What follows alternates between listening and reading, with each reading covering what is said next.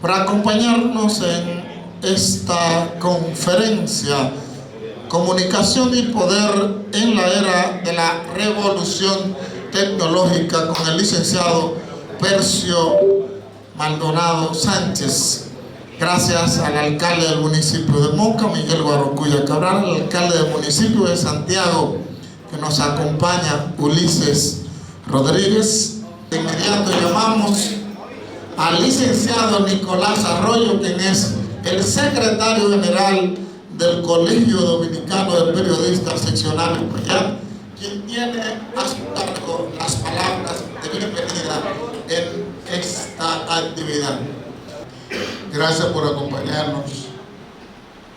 El Colegio Dominicano de Periodistas Seccionales Payat agradece muchísimo el honor de la presencia de ustedes esta noche en esta conferencia magistral que nos estará dictando una figura prominente, respetada, querida del periodismo nacional. Gracias a don Percio Maldonado Sánchez por estar con nosotros esta noche y venir a Moca, un pueblo histórico y glorioso, a hablar de un tema de mucha significación como lo es la comunicación y el poder en la era de la revolución tecnológica. Gracias a las distinguidas personalidades que nos honran con su presencia hoy y que hacen grande este escenario.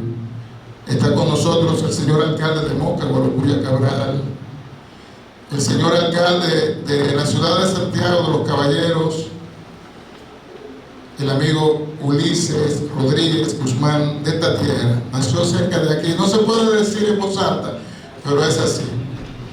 Gracias al magistrado procurador fiscal Llorel Rivas, a los regidores, a Pedro Estrella, alcalde del municipio de San Víctor, al distinguido coronel también Maldonado, que es director de la Escuela Vocacional de las Fuerzas Armadas y la Policía Nacional.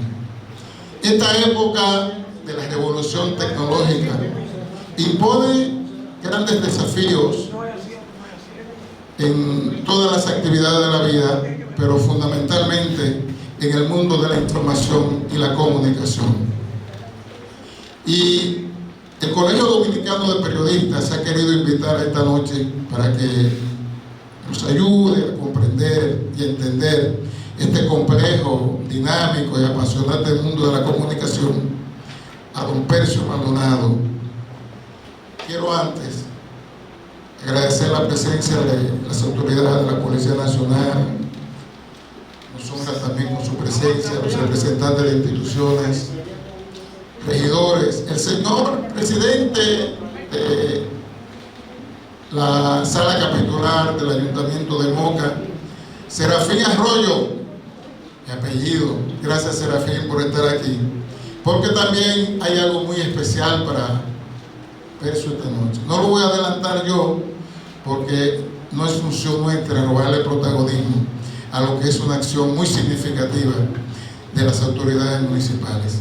Les dejo y vamos a recibir con un gran aplauso al director del Nuevo Diario, es presidente de la Sociedad Dominicana de Diarios, un periodista asociado, entregado, humano, humilde, muchas cualidades se conjugan en él. Bueno, gracias también por su llegada aquí al licenciado Francis Díaz, que es representante de las empresas de Televiaducto, el administrador, gerente administrador de las empresas de Televiaducto. La presencia de cada uno de ustedes vale mucho para nosotros. Les dejamos con don Percio Maldonado Sánchez, el conferencista.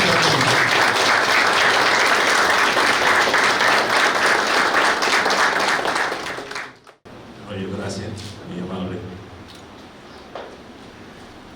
Señores, buenas noches. Estoy feliz de estar aquí con ustedes.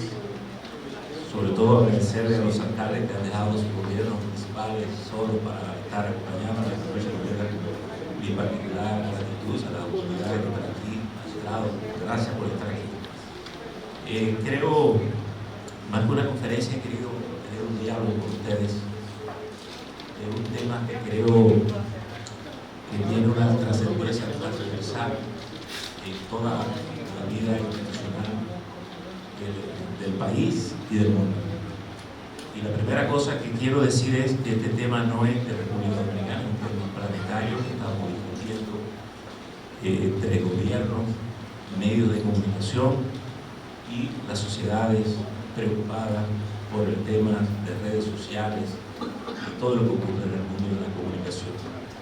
Sobre todo por una realidad que hoy es incuestionable, y es la cantidad de informaciones falsas que circulan en el mundo, y lo que plantea un gran desafío para toda sociedad democrática. En resumen, estamos hablando del ambiente de libertad y de la democracia en que vivimos, que tenemos que preservar.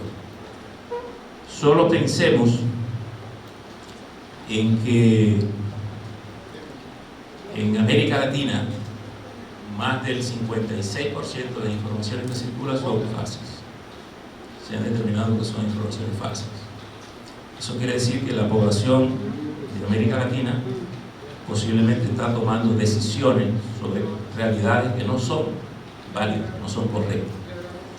Y sobre todo en el mundo de la política, y aquí tengo una mezcla interesante de dirigentes políticos, de funcionarios públicos, periodistas y de la gente de la vida, de la vida social de esta provincia histórica, y en este museo que también es parte de la historia que está consignado en esta provincia y donde estamos llevando este diálogo. Y no es casual que justamente el museo lleve el nombre de uno de los presidentes de la República, y es muy importante que hablemos de estos temas.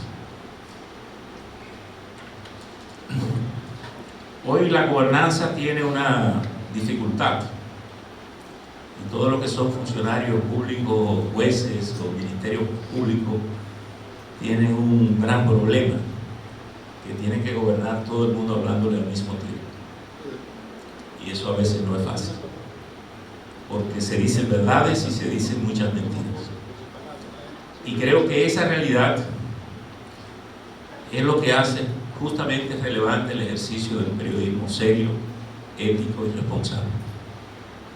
Porque creo que la única manera de nosotros poder contrarrestar esta realidad planetaria es logrando dos cosas. Primero, que las instituciones sean transparentes, que sean oportunas, brindar las informaciones al público para que la gente tenga la manera de poder contactar que la información que le llega es correcta, es oportuna, y pueda rechazar informaciones que no son correctas y lo tienen. Siempre le digo a los periodistas y a las personas cuando hablo de esto que siempre es mejor hacer una buena información falsa que una verdadera, porque una información verdadera tiene que estar basada en un hecho real, y no siempre ocurre un hecho real que resulte interesante. Y los seres humanos estamos condicionados para que nos cuenten historias.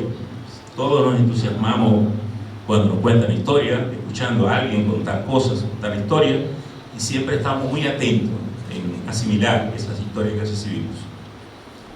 Y la información es falsa, lo único que necesitan es incertidumbre.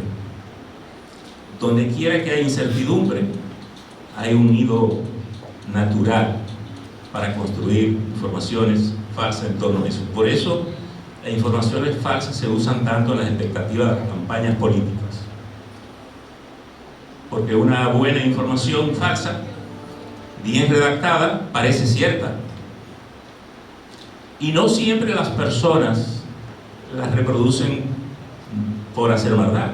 La gente no siempre sabe dividir, y el gran problema que tenemos en la vida planetaria es que la gente no siempre sabe distinguir lo que es cierto o lo que es mentira.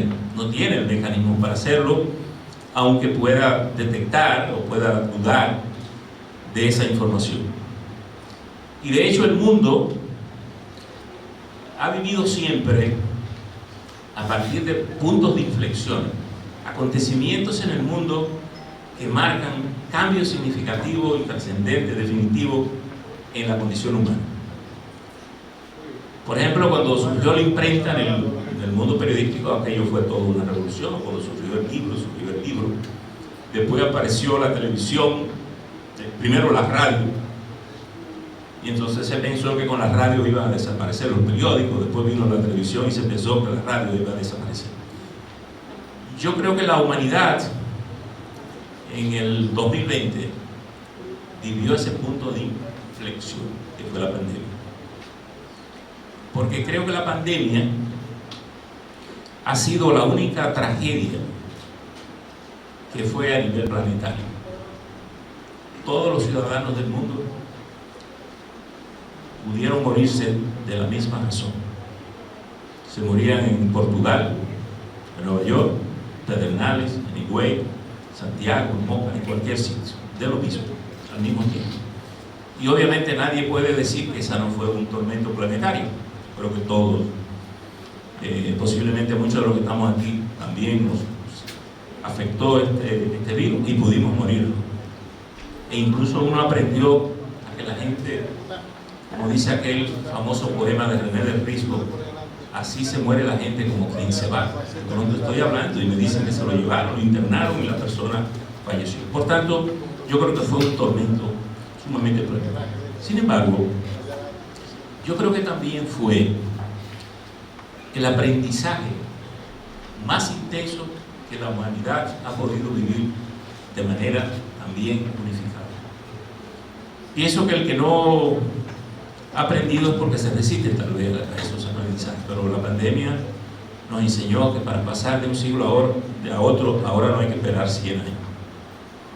Y eso es válido para los gobiernos, es válido para las empresas, es válido para el ejercicio de la comunicación. Y justamente lo que me trae aquí con ustedes es esta conversación en torno a la comunicación. Posiblemente esa pandemia, lo primero que nos enseñó que teníamos un recurso que no estábamos usando de manera plena, que era la tecnología. Porque la pandemia no trajo la tecnología ya existía. Lo que sí la pandemia trajo fue el empujón, donde todos lo hicimos un poco más digitales. Todos comenzamos a hacer transferencias bancarias, dejamos de mandar los mensajeros a los bancos, porque no podían ir la gente. Comenzamos a mandar más el correo, comenzamos a usar más el celular, y todos tenemos el mundo aquí en la mano, en este aparatito. Posiblemente unos lo pueden usar mejor que otros, pero esa es la realidad. ¿Y cuál es la realidad mundial para que entendamos la dimensión de esto? Que es la siguiente. Traje algunas imágenes que nos van a ayudar para promoverlos aquí.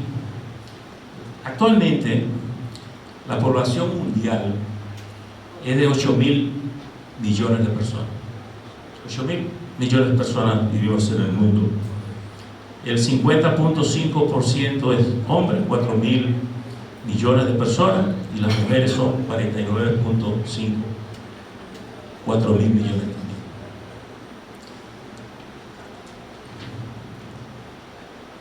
Para el 2050 se estima que la población será de 9.700 millones de personas. Seremos 9.700 millones. Pero para el año 2030 seremos 8.500 millones de personas. Y ustedes me dirán, bueno, ¿qué importancia tienen estas estadísticas? La importancia es la siguiente. De esa población mundial,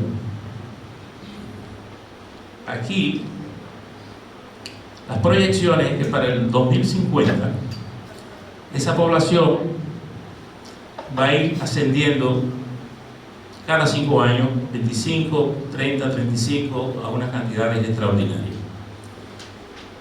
¿Y cuál es la conectividad de esa población con este aparatito en la mano, haciendo cosas, decidiendo cosas?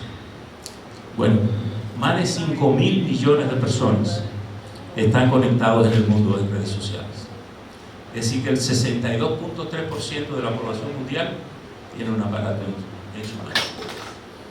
Y cambió una realidad.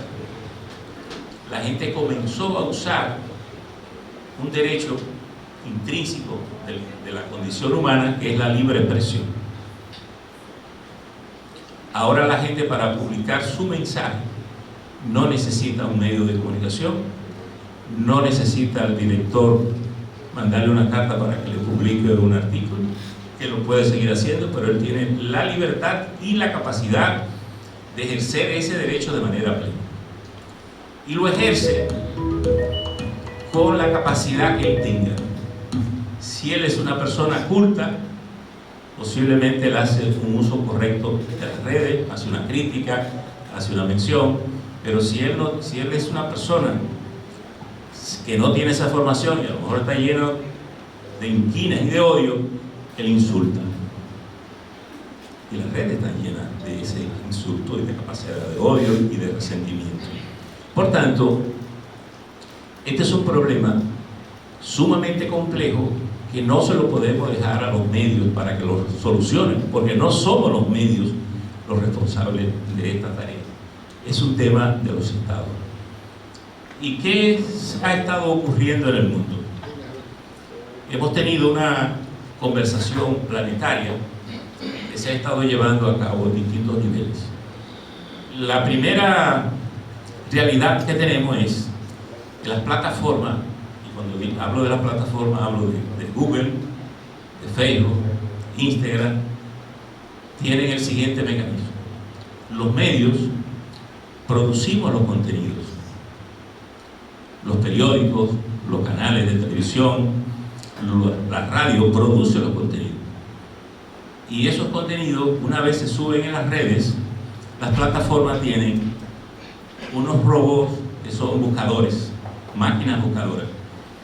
Captan esos contenidos, lo integran y corren en esas redes sociales. Y en esas redes sociales, la publicidad, la fuente económica de los medios, se ha ido transfiriendo a esas plataformas. Y la discusión está en que esas plataformas no pagan el justo precio a los que producen esos contenidos, que es lo que se ha estado reclamando. El asunto comenzó pequeño, comenzó con un reclamo que inició España, Francia y Alemania contra Google para que pagara por ese contenido, y luego se incorporaron los 27 estados de la Unión Europea y apoyaron a los medios locales y establecieron una demanda a Google que, si no se ponían de acuerdo con los medios, bloquearían la posibilidad de que esas plataformas circularan en sus naciones. Y Google pues no tuvo otro camino de llegar a un acuerdo y depositar unos fondos para comenzar a pagar. Luego el segundo paso lo dio Australia, que tal vez ha sido la postura más radical de todas las que han sucedido, en favor de los medios australianos para que las plataformas también llegaran a un acuerdo. Luego quedaba pendiente de los países democráticos la zona americana, lo que llamamos las tres Américas: Estados Unidos, Canadá, América Latina.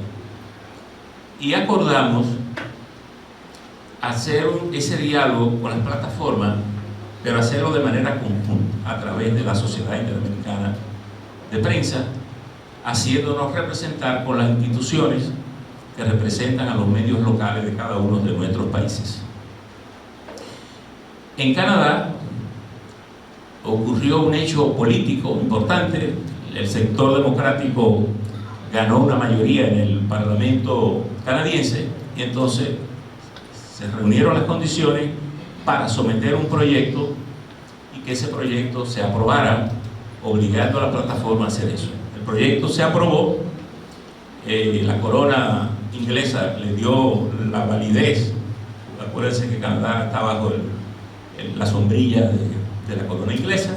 La corona entregó la verificación, la certificación, y las plataformas reaccionaron bloqueando todos los medios canadienses para que no circularan informaciones en sus redes. Pero finalmente un proceso de negociación llevó a establecer entonces una negociación con Google, y en Canadá esos medios están pagando el contenido de esos medios. En los Estados Unidos también se logró someter el proyecto, pero está en el Congreso de los Estados Unidos. Ahí obviamente tengo que reconocer que hay un poco de dilema, porque la mayoría de las plataformas importantes son también de los Estados Unidos. Entonces hay un tema que el gobierno americano tendría que mediar, buscar una solución para hacerlo, pero no se ha aprobado. Y debo admitir que la presencia del presidente Donald Trump no deja a los medios una posición cómoda por su actitud frente a los medios de comunicación. Pero es un proceso que está abierto. Hablé con Adriano Espaillat el día pasado y me dijo que el proyecto no se había tocado y que aún permanece depositados ahí. ¿Qué ha pasado con América Latina? Que es la parte que nos corresponde a nosotros. Bueno, en América Latina la tarea es más difícil. Y lo es básicamente por dos razones. Una, porque los estados son muy dispersos, pocos amigables con la prensa. Creo que los medios de América Latina son poco amigables con la prensa. De hecho, la región latinoamericana es muy agresiva con los medios. Todavía esta es una región en que muchos periodistas pierden su vida en el ejercicio. A veces he llegado a decir que el ejercicio del periodismo ha pagado un voto más alto incluso que la política en la defensa de la libertad en América Latina. Bueno, en el caso de nosotros, la historia es muy triste. Hace poco celebramos los 50 años del asesinato de Orlando Martínez. Y todavía el doctor Narcisazo González lo andamos buscando y no sabemos dónde está. Es decir, que esa realidad, y cuando tú ves México, Honduras, El Salvador, Guatemala, son países que todavía están asesinando todos los días periodistas que cubren fuentes de información. Y que, obviamente, no hay democracia sin medios de comunicación, ni hay libertad sin libertad de expresión. Y yo creo que ese es el gran desafío para los medios, desde el punto de vista de la defensa, de reclamar ese derecho, y segundo, de la política para garantizar un ambiente de libertad, de estabilidad y de respeto esenciales. ¿Qué nos está planteando esa realidad a nosotros? Que si uno toma países, por ejemplo, México tiene 131 millones de personas, el 67% tiene conectividad en redes sociales. Chile tiene 18.2 millones de personas, el 77% de sus personas tienen redes sociales, conectividad en redes sociales. Colombia, 49.6 millones de personas, el 68% tienen redes sociales. Y la República Dominicana, nosotros, según el último censo, se estableció que somos 10.7 millones de personas. Nosotros, el 73% de los ciudadanos dominicanos interactúan en redes sociales. Es decir que, sin duda, incluso interactúa de manera múltiple. 7.8 millones lo hacen en Facebook. En YouTube, 7.3 millones de personas, de los 10.7 que son. En Facebook, en Messenger, 6.2 millones. En Instagram, 4.8 millones. Y en TikTok, el año pasado, 2.6. Pero la realidad es que TikTok este año cerró con más de 1.000 millones de personas en el mundo, y para el 2029 se estima que va a tener en redes sociales más de 2.350 millones de personas interactuando en el planeta, entre lo que obviamente estamos los dominicanos. ¿Qué encierra estos desafíos? Bueno, lo primero es que la Internet nos ha hecho la vida planetaria, universal. Y yo creo que todo el que dirige un medio, que hace comunicación, o el que gobierna una parte institucional del país, tiene que darse cuenta que su trabajo tomó una dimensión global. Por eso siempre digo que ahora hay que tener cuidado con lo que usted escribe, con lo que usted habla, con lo que usted sube, porque usted lo puede ver en cualquier rincón del planeta. Y a veces, y además tiene otra realidad. El archivo ahora es un archivo vivo. Antes los archivos en los periódicos, yo le digo al senador José, un gran amigo que de la prensa escrita, que tiene una larga historia, los periódicos teníamos un archivo, recortaban los cortes, se iban archivando, posiblemente una información, una generación no se enteraba de cosas salvo que no estuviese calvando en un cosa y se encontraba con esto. Pero hoy basta con poner el nombre de una persona y le sale todo, lo bueno y lo malo, le sale. Y posiblemente sale más lo malo, porque la realidad de la plataforma, el poder de la plataforma es tan extraordinario que el algoritmo genera controversia. Le gustan las informaciones controversiales por una sencilla razón, porque son las que consiguen like. Y parte del negocio es que te punchen like. Por eso hoy hay empresas fabricando informaciones falsas. No es que yo publiqué una información que fue imprecisa y puse un nombre mal, no, es que hay empresas muy bien estructuradas produciendo informaciones falsas a nivel de la alta política en el mundo. Y por tanto, y por eso es que digo que ¿cómo se construyen esas informaciones? Hay incertidumbre. Imaginemos en los momentos más álgidos de la relación dominica-haitiana. ¿Cuántas cosas pudiéramos nosotros decir que ocurren en la frontera que no parezca cierto? Cualquier cosa, lo que nos pusiéramos a imaginar. Podemos subir un video diciendo que el ejército dominicano atacó a un grupo de haitianos que quería entrar. Y eso corre como la verdolaga. O podemos decir que lo que nos ocurra. Y esa es una información que se construye. Perfecta. El que sabe redactar una información, construye esa información que parece cierta. Ha surgido ahora un movimiento preocupado por estas cosas, en la que está Google. Nosotros somos el primer periódico de América Latina que se ha asociado a esa iniciativa, pero es algo que está en ciernes, todavía no ha funcionado, pero se está construyendo. ¿Cuál es la idea?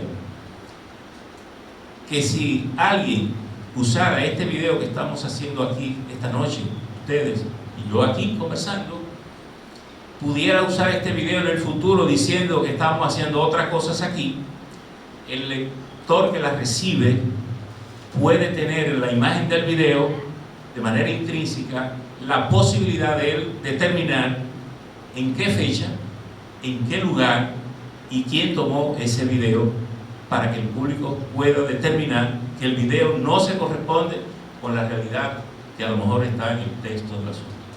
Pero es algo que se ha estudiado. La otra cuestión que nos pone un gran desafío es el tema del ocultamiento de la identidad de las personas.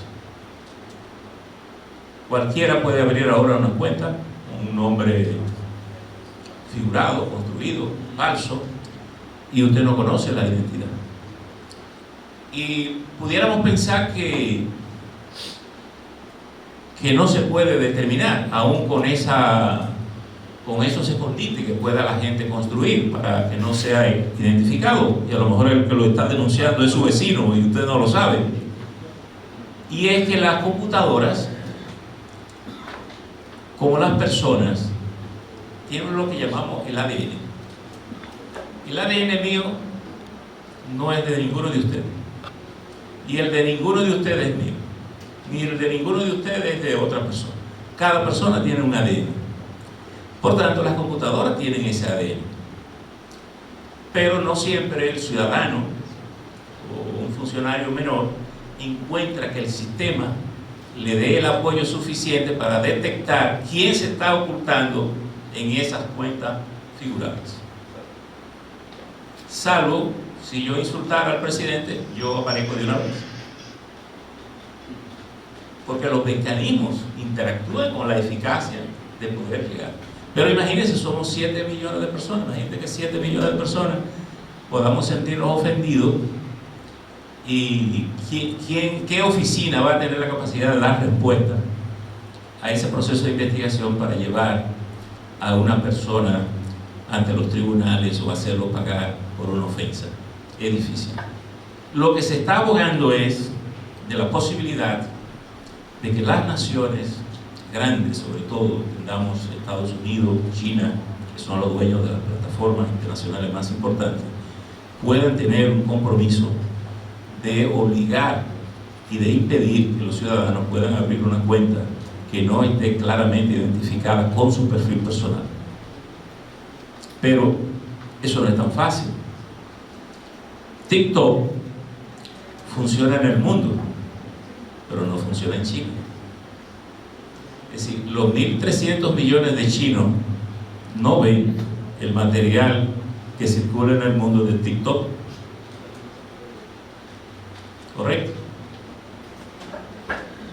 Porque también ese parte, digamos, de la política de las naciones grandes, parte del dominio, del poder que tienen esas naciones. Sin embargo, en el caso de nosotros, como medio, como sociedad, tenemos obviamente que garantizar el derecho a la libertad, el derecho a la libre expresión.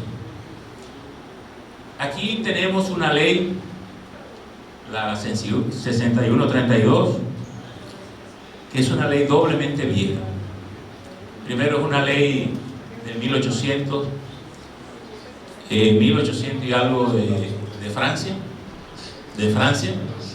que en el 1962 el Consejo de Estado la adoptó en un decreto ley y la estableció para regular la libre expresión y la libertad de expresión y de la defensa del honor, de la difamación en la República Dominicana.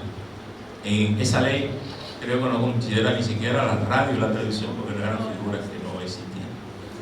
Hoy el presidente de la República tiene en sus manos un proyecto que es el resultado de una comisión que él designó con los debates que hemos tenido con los congresistas, intentando introducir proyectos unilaterales, y el presidente nombró una comisión para redactar una nueva ley. Esa redacción se ha hecho. Bueno, de hecho tuvimos la oportunidad de presentarla en la semanal con el presidente, pero después el mismo gobierno ha estado cuestionando algunas cuestiones, y la comisión volvió a revisar esa ley, algunos aspectos que el gobierno había cuestionado, y se le dio respuesta también, y el presidente la tiene. Es decir, que estamos en la expectativa de que el presidente en algún momento pueda presentar esa ley. ¿Qué tiene de importancia esa ley?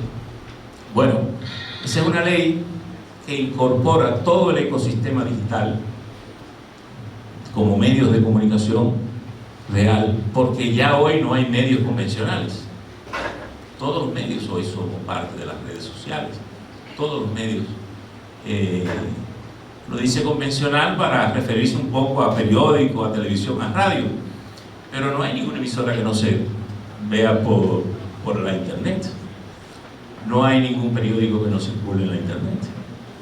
Incluso a mí a veces la gente me pregunta, un poco con la pregunta socarrona, que yo le diga cuál es el último día de defunción del último periódico impreso, mi condición de presidente de la Sociedad Dominicana de Diarios, y se sorprenden con lo que le digo. Bueno, los medios impresos nunca habían tenido tantos lectores como ahora. ¿Cómo? Sí, porque los medios impresos circulan por las redes sociales.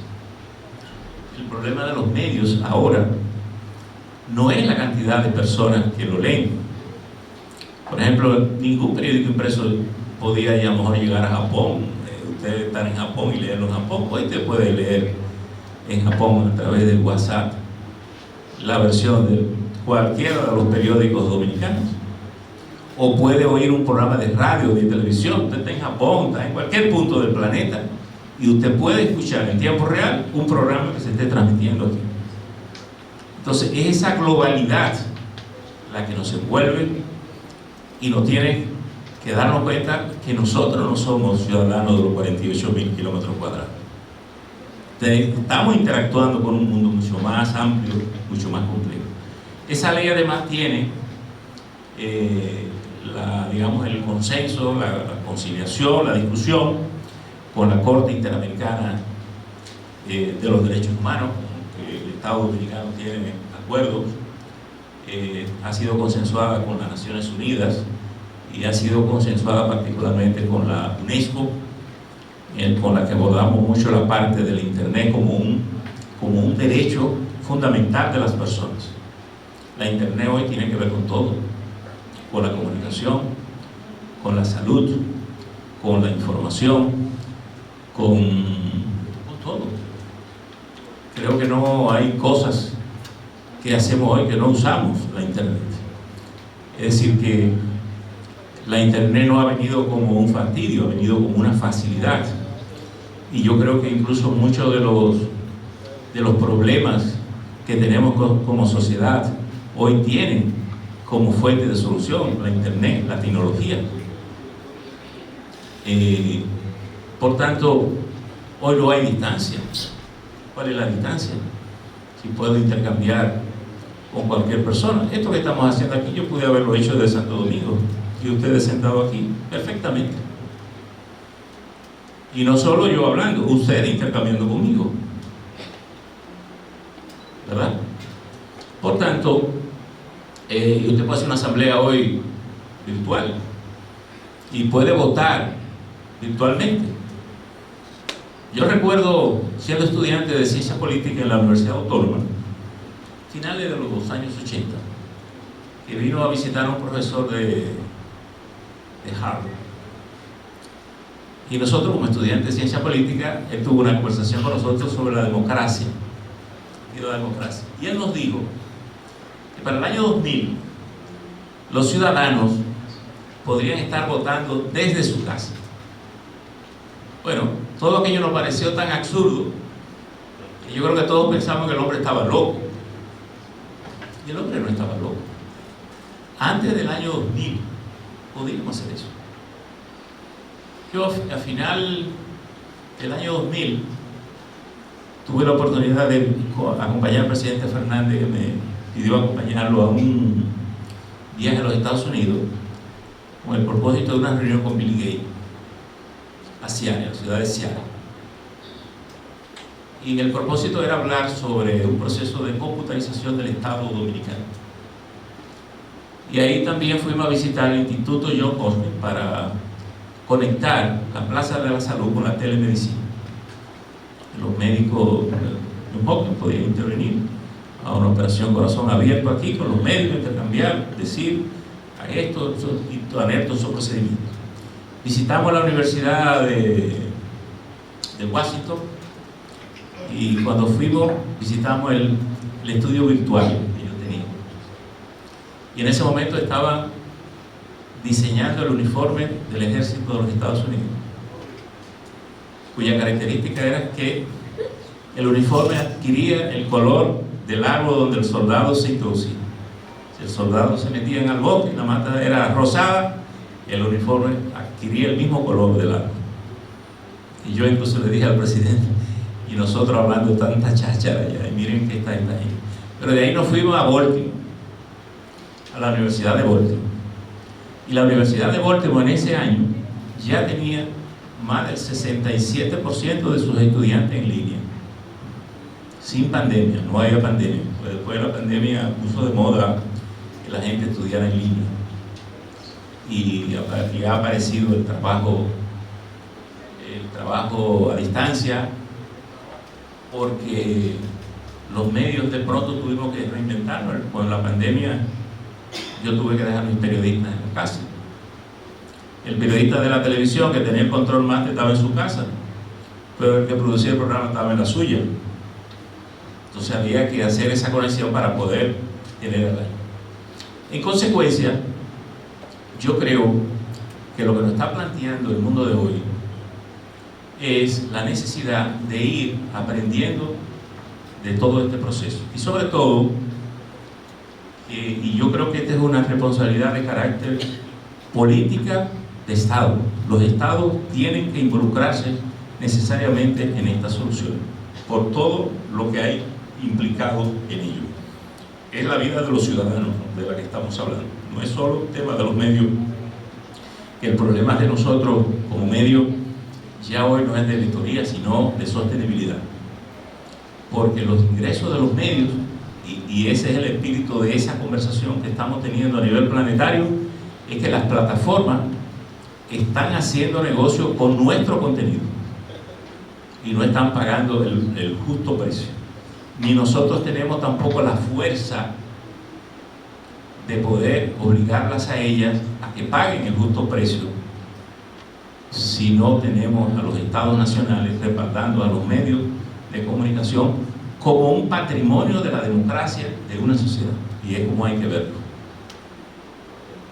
Entonces, nuestros desafíos son regular, y yo creo que este proyecto de ley que le he mencionado, que el presidente tiene en sus manos, va a permitir actualizar una ley en torno a una realidad nueva, que cambió hace mucho, y que el país tiene que ir adecuando. Ahora tenemos, y esto me gusta decirlo de la siguiente manera: el mundo es irreversible, el que tenemos es irreversible, no hay manera de darle para atrás. Todo es de aquí hacia adelante, porque ahora ha venido la inteligencia artificial,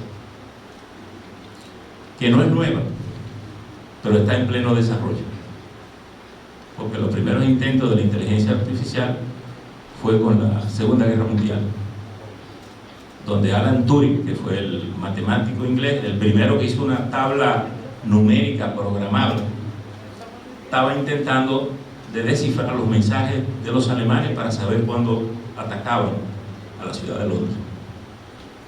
Y ahí surgió la computadora. No sé si han visto incluso la película, aquella máquina 24/7 tirando, intentando ir identificando los códigos para poder saber cuándo iban a atacar y saber cómo la gente se iba a proteger. Ya le dije de la verificación. Es muy difícil la verificación individual. Pensar que un ciudadano puede distinguir si una información es falsa o no, se hace difícil. Cuando la información puede ser muy creíble por las circunstancias que esté ocurriendo. Por ejemplo, aquí vivimos ahora una experiencia trágica, lamentable, reciente, que fue la jovencita india que desapareció ahí en Punta Cana. Se presume que se ahogó, no se sabe exactamente las circunstancias, que hay unos puntos negros que se perdieron en las imágenes. De esas cosas podían surgir cualquiera, y como he hecho, si ustedes revisan las redes sociales, hay cantidad de teorías de gente que hablan de secuestro, que hablan de que le enterraron, que le pagaron, que hicieron. Es decir, cualquier cosa puede decirse de esa información. Y todavía tú pienses que es mentira, tampoco tú tienes la forma de cómo desmentir al que dice una mentira, porque tú no tienes la verdad. ¿Correcto? Entonces, ese bombardeo permanente le tiene, y yo creo que toda esta realidad le tiene a los medios pagando un doble costo. Primero, que los medios claramente establecidos no se dedican a difamar personas, no se dedican a publicar informaciones falsas. Se puede decir, bueno, una información imprecisa. Bueno, ayer yo tuve una conversación con un amigo que estuvo en el Senado dando informaciones, y entonces publicaron una información y comenzaron a llamarlo. Entonces él, muy preocupado, quería que le revisaran la información, pero tú dijiste eso. Pero esa es una situación de inquietud que te genera. Pero el periódico no dijo una cosa que él no dijo, él lo dijo, solo que lo que dijo le generó un problema con otros funcionarios, en fin. Pero los medios convencionales, llamados convencionales, no se dedican a hacer esa práctica.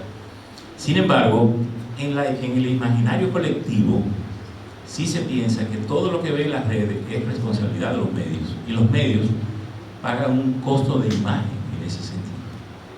Y el otro costo que pagamos es justamente que la publicidad, por razones del online y de más atractivo, se está yendo hacia las redes sociales, hacia la virtualidad.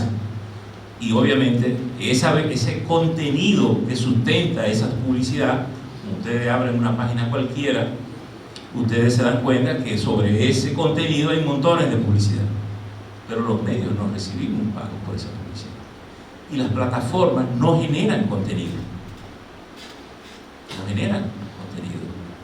generamos nosotros contenido, y para generar un contenido hay un personal, hay una redacción que se paga, hay una inversión en tecnología, hay una participación en equipo, hay una entrevista, hay un montaje que se hace, hay unos salarios, hay una seguridad social, hay unos costos de electricidad, hay unos costos de inversión en equipos, en inmobiliario, en todo.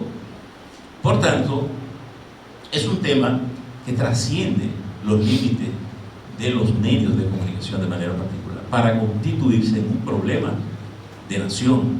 Y por eso los estados europeos, sobre todo, con mayor comprensión del tema del valor de los medios para la democracia, se meten de manera tan determinante a apoyar sus medios locales. De manera que nosotros tenemos aquí que garantizar la libertad de expresión, pero también tenemos que garantizar el honor, la dignidad, la intimidad, el buen nombre de las personas. Sí, y yo creo que todo eso es posible si hacemos las leyes que el país va requiriendo en función de las realidades. En estos días me visitó un diputado, un poco en son de consulta y de informarme de un intento de proyecto para regular la inteligencia artificial. Yo le dije, bueno, me parece loable la iniciativa, pero ¿cómo tú vas a regular lo que está en desarrollo? No hay manera.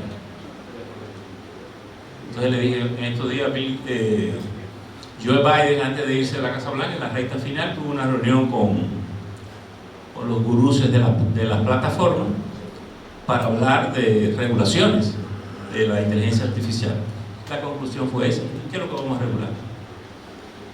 Si ni siquiera sabemos lo que viene. Hoy, tú le dices a un programa de inteligencia artificial que te redacte una nota sobre este acto y te lo hace. Es posible que salga hasta mejor que un periodista que no sepa escribir bien.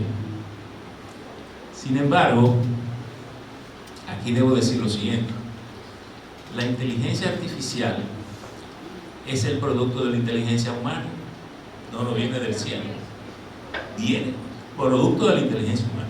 ¿Por qué una inteligencia artificial puede redactar un contenido de algo que usted le pide? Bueno, porque él cuenta con una base de datos generada por la capacidad humana, que es lo que le permite a él hacer.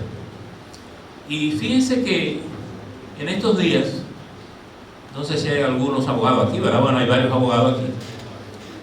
Hubo una sentencia muy novedosa en la ciudad de Nueva York que tenía que ver con el derecho de autor de un cuadro. Al autor del cuadro le negaron la autoría del cuadro porque se dijo que lo hizo con inteligencia artificial y por tanto usó un algoritmo que no había construido él. Bueno, parece razonable, ¿verdad? Ahora, ¿qué pasa si usted diseña el algoritmo con que hace el cuadro? ¿De quién es el cuadro? Se le va a plantear al juez que le llegue ese caso, se le va a plantear otro dilema, y posiblemente el juez va a tener que ponderar cuál es su decisión. Posiblemente no va a ser la primera sentencia de la juez de Nueva York que dijo: sí, el cuadro no le reconozco ese derecho porque usted no hizo el algoritmo. Pero si yo hice el algoritmo y además hago el cuadro, ¿de quién es el cuadro? ¿Correcto? Porque en la primera se puede decir, bueno, el cuadro no es suyo porque el algoritmo es de él. Pero ahora yo hice el cuadro y yo soy el dueño del algoritmo. Y no puede haber un cuadro que no tenga dueño. ¿Correcto? Y posiblemente el juez tendría que decidir en una dirección más amplia que esa primera decisión. Y yo creo que esos desafíos es lo que nos va imponiendo la tecnología en todos los niveles. Porque hay algunos jueces aquí, ¿verdad? Fiscales también aquí. Yo diría que desde Simpson, me imagino que algunos de ustedes recuerdan aquella corrida para apresar a Roger Simpson en los Estados Unidos por el acusado del crimen de su pareja y de un acompañante. Yo creo que desde esa época ese fue el punto de inflexión para que ningún juez, ningún tribunal pueda conocer un juicio sin la influencia de la opinión pública. Y obviamente después de eso vino entonces las redes sociales. Es difícil que un juez no sea influido también por la opinión pública, porque el juez no es una máquina. Un juez oye, mira, y aun cuando él pueda no aceptar en el procedimiento un elemento de prueba porque no ha sido regularmente adquirido, él sí puede saber lo que pasa. Él tiene una información adicional. Por tanto, su capacidad de reflexión, de conclusión, le permite a él tomar una decisión lo más apegada posible a la verdad. Yo creo, y en esto es un punto aquí, dice, una vez le preguntaron a Juan Pablo II cuando cumplió 10 años en la Santa Sede, un periodista italiano le propuso hacer una entrevista para evaluar sus 10 años, y él lo que le dijo fue: mándame las preguntas. Y el periodista pensó que era para él verla y después darle la entrevista, y entonces lo llaman de la Santa Sede, que pase a buscar las respuestas del Papa. Bueno, cuando el tipo ve las respuestas del Papa, le sorprendieron tanto que decidió no hacer un reportaje, sino publicar un libro. Él hizo una introducción, y en ese texto él le pregunta al Papa sobre la perfección, y el Papa le responde: la perfección no existe, solo es de Dios, y el hombre, mientras más la busca, más se aleja de él. Por tanto, no hay obra humana perfecta. Los periodistas en este desarrollo tecnológico a nivel mundial le han cambiado todo. Le han cambiado la forma de presentar la noticia. Tenemos un público que le gusta más que un texto largo, foto o imágenes o video. Diría que el gran desafío que la tecnología nos planteó fue cuando Twitter dijo que en 145, ¿ese era el original o fue el que comentaron después? No, pero el que originalmente tenía eran 100. Bueno, ese desafío nos dijo: en esa cantidad de palabras usted tiene que expresar una idea, que se entienda, ¿verdad? Que se comunique, porque si pones una A de más, no te dejan publicarlo porque te sale en rojo, no lo dejan publicar. Entonces, todo eso ha cambiado para los periodistas, pero yo creo que hay una cosa, la única cosa que no se ha alterado es el propósito del ejercicio del periodismo, que es acercarnos lo más posible a la verdad. Y yo creo que es el desafío de un juez, de un ministerio público, de acercarse lo más posible a lo justo, a lo que es razonable en sus decisiones. Sobre todo porque sabe que sus decisiones tocan vidas, afectan personas, intereses, familias, todo eso. Y por tanto, desde ese punto de vista, es un desafío que compartimos en gran medida en nuestros oficios. Lo que son las autoridades también tienen ese sentido de responsabilidad. Por eso el que ejerce el poder siempre debe tener un margen a su favor para evitar los excesos, porque justamente en los excesos es donde se pierde el control de la situación. Por tanto, hoy en este universo planetario, nuestro desafío es ese. ¿Cuál es la impresión que a veces se tiene de que los medios van a desaparecer? De que ya los medios no son relevantes. Creo, y lo voy a repetir como lo dije en un conversatorio que tuvimos ahora con Juan Luis Cebrián, él es director del diario El País, en la UNIBE, Santo Domingo: mientras estemos vivos, habrá periodismo, y mientras estemos vivos, habrá medios de comunicación. Lo que sí tenemos que tener es la cabeza abierta para ir ajustando todos estos cambios para ser mejores comunicadores. Y ahora, por esas realidades y lo que hacen informaciones falsas, lo que procuran es quitarle relevancia al ejercicio de un periodismo serio y ético. Yo creo que ahora es que tiene verdadera relevancia el ejercicio del periodismo. Ahora es cuando es necesario. Y por eso es que es tan importante que la parte política y económica, empresarial de las sociedades hagan conciencia de estas realidades para que se den cuenta que no se trata de los medios individuales, sino que es un problema, un patrimonio democrático de lo que estamos hablando, que es el valor de la educación, que es el valor del asunto. Porque a veces pensamos nada más en que se trata de difamación. A mí hay gente que no me difama, pero cuando las personas prostituyen el lenguaje en los medios, yo creo que nos ofenden a todos. Cuando mi niño, mi hijo, mi nieto está en la televisión, no hay derecho que un ciudadano le diga una grosería que él tenga que escucharla allí. O yo, que soy un adulto, o ustedes que son adultos, ¿por qué tengo yo que oír una grosería en la televisión, en la radio? Y yo creo que todo eso se puede regular, sin afectar la libre expresión, sin afectar la libertad que tiene cada ciudadano de expresarse para hacerlo. Por tanto, quería compartir estas ideas hoy con ustedes y quería tener este diálogo, y estaría dispuesto a parar aquí por si ustedes tienen algunas inquietudes, algunas preguntas que podamos compartir, porque creo que es un tema, pues ya tenemos que terminar.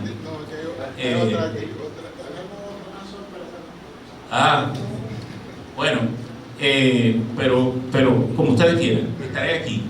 Sí, es decir, que le agradezco la atención que han tenido. Ojalá deje alguna cosa que pueda resultarle útil, y me quedo a la disposición de ustedes para que trabajemos juntos todos estos temas, porque pienso que son temas importantes.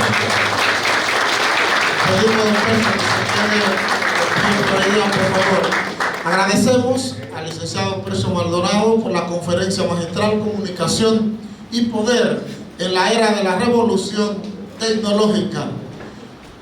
En esta ocasión, en este momento, llamo al doctor Miguel Guarapuya Cabral para la entrega de la proclama de la Alcaldía de Moca de una resolución que declara visitante distinguido de la ciudad. Al alcalde le acompañará el presidente de la sala capitular, la secretaria del Consejo de Regidores y a los regidores presentes aquí. Observo al ingeniero Haller, miro a Ferreira. Dígame.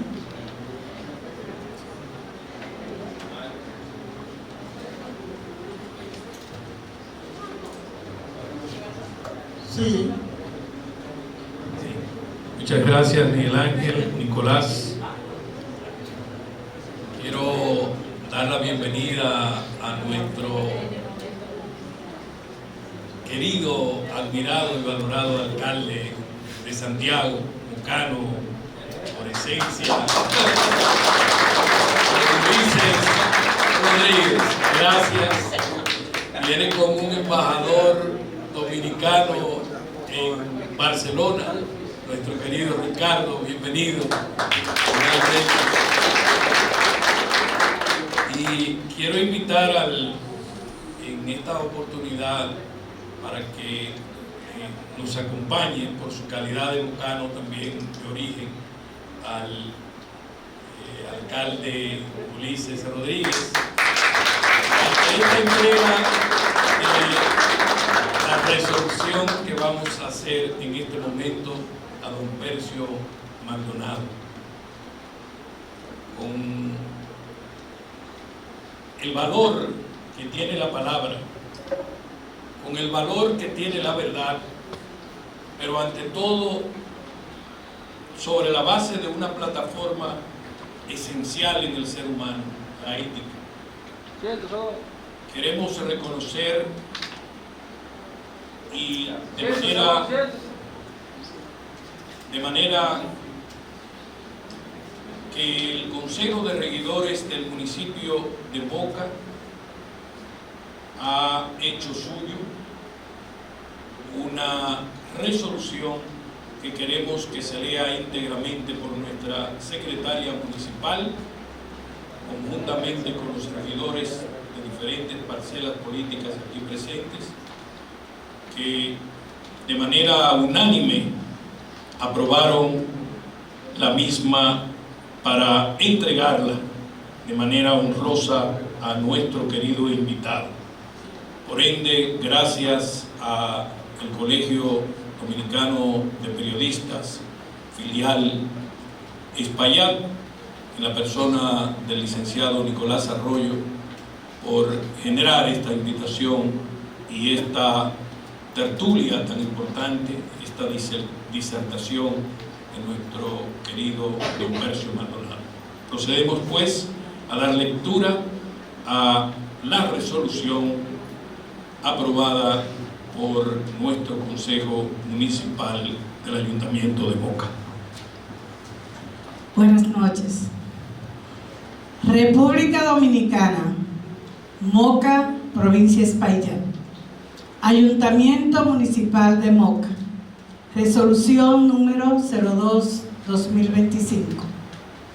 Considerando que los ayuntamientos como gobiernos locales gozan de la facultad para reconocer a personalidades distinguidas cuya trayectoria de vida y su hoja de servicio pueden servir de referente a las presentes y futuras generaciones.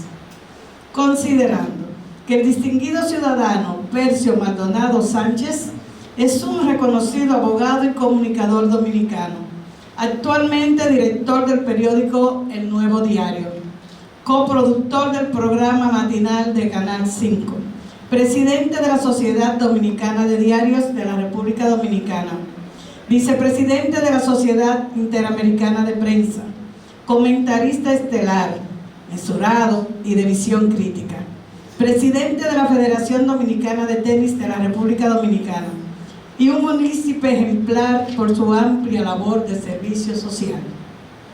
Considerando que el distinguido periodista Percio Maldonado Sánchez visita la ciudad de Moca para impartir una conferencia magistral con el título Comunicación y Poder en la Era de la Revolución Tecnológica, invitado por el Colegio Dominicano de Periodistas, CDP, seccional de Espaillat, y su presencia en nuestro pueblo es bien acogida y la mocanidad se siente orgullosa con su visita.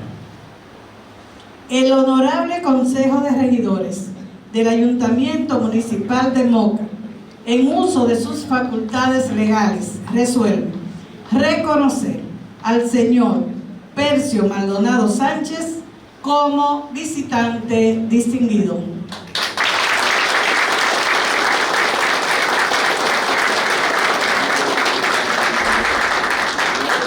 Dado en Moca, provincia Espaillat, el día 14 del mes de marzo del año 2025, aprobado en sesión ordinaria número 4 de fecha 26 de febrero del 2025. Miguel Guarocuya Cabral, alcalde municipal. Ramón Serafín Arroyo, presidente Consejo Municipal. Miriam Mercedes Jiménez, secretaria municipal. En este momento le hacen entrega formal de la proclama al licenciado Percio Maldonado Sánchez. El alcalde Miguel Guarocuya Cabral, le acompaña la secretaria municipal con ella parte del Consejo de Regidores encabezado por el presidente Serafín Arroyo.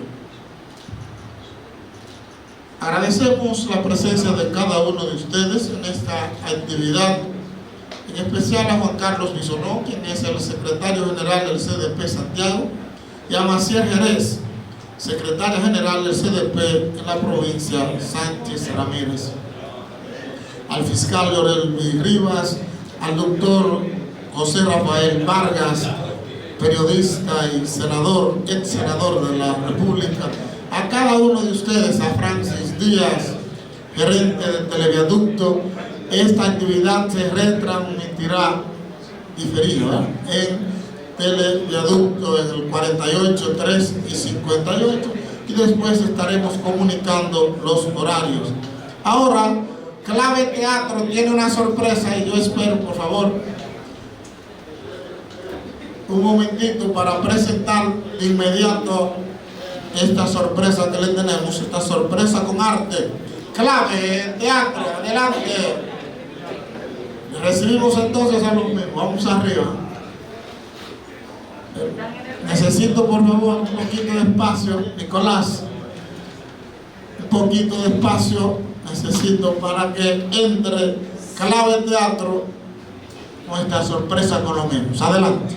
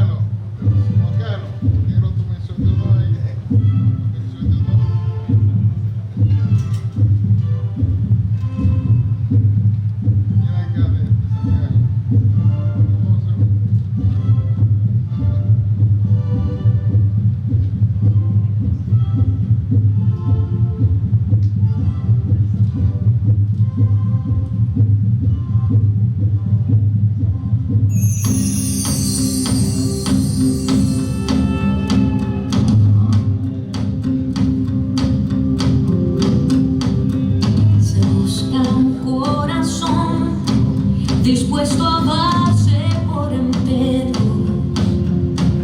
dispuesto a ser siempre sincero, al cometer algún error. Se busca un corazón que cuando rinda una alabanza salga directo desde el alma y en el ser enamorado, que se va a escuchar la voz del Señor cuando le habla, y sin importar cuál sea el llamado, Él obedezca esa palabra. Un corazón que ponga en alto su nombre, un corazón que le ame y le honre, un corazón que vaya donde Dios mande y sin importar dónde. Un corazón dispuesto a humillarse y darle toda la gloria más grande. Un corazón dispuesto a ser instrumento de amor en el mundo entero, que anhele llenarse de paz por completo. Se busca un corazón.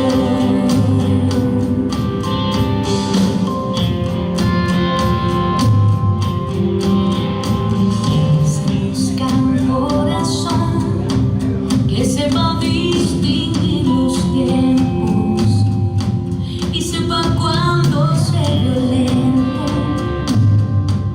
para alcanzar la bendición. Oh, que sepa escuchar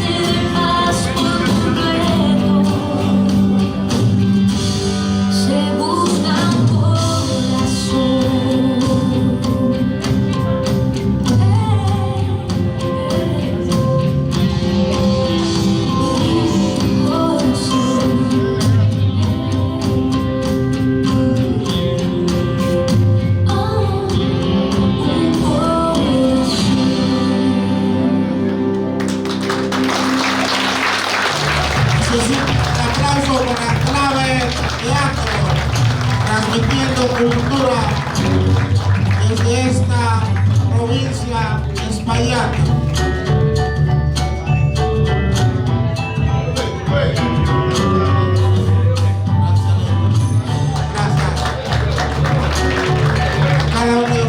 Gracias, de verdad, el Colegio Dominicano de Periodistas Seccional Espaillat da las gracias y comparte ahora un brindis de parte de la alcaldía del municipio de Moca. Gracias a todos, feliz noche.